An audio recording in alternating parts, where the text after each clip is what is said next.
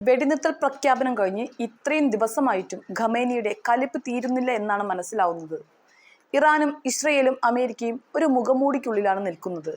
മുഖംമൂടിക്ക് പുറകിൽ ഇവരെല്ലാം യുദ്ധം നടക്കുമ്പോഴുള്ള മാനസികാവസ്ഥയിൽ തന്നെയാണ് നിൽക്കുന്നത്. ഇത് കൂടുതൽ വ്യക്തമാകണമെങ്കിൽ ഖമേനി ട്വിറ്ററിൽ പങ്കുവച്ച വീഡിയോ സന്ദേശം കണ്ടാൽ മതിയാവും.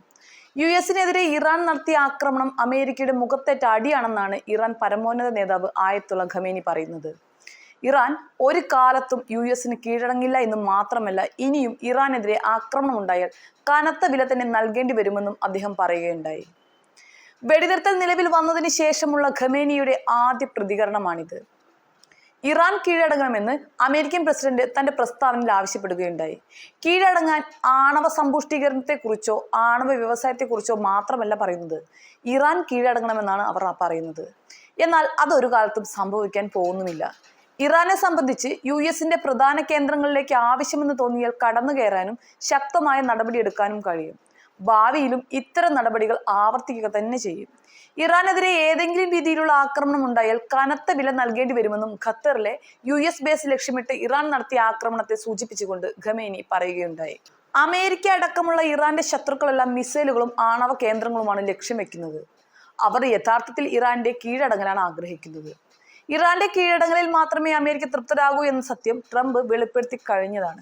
എന്നാൽ കീഴടങ്ങൽ എന്നത് ഒരിക്കലും സംഭവിക്കില്ലെന്നും ഇറാൻ ശക്തമാണ്, അതിന്റെ തെളിവാണ് മേഖലയിലെ യുഎസിന്റെ സുപ്രധാന എയർബേസുകൾ ഒന്നിനെ തന്നെ നിലംപരിശാക്കാൻ ഇറാന് കഴിഞ്ഞതെന്നും ഖമേനി പറയുന്നുണ്ട്.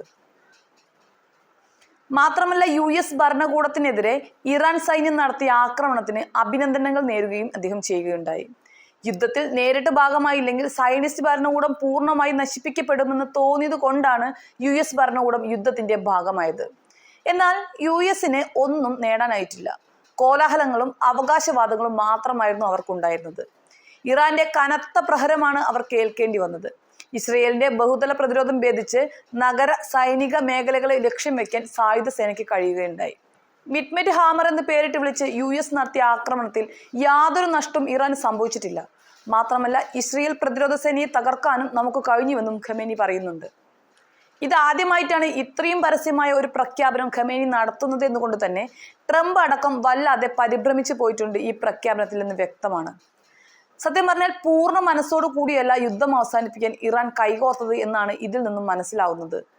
ആയുധപരമായിട്ടും ആൾബലം കൊണ്ടും അമ്പെ തകർന്നു പോയപ്പോൾ മുന്നിൽ വന്ന സമാധാന കരാറിൽ കയറി പിടിച്ചു എന്ന് മാത്രം.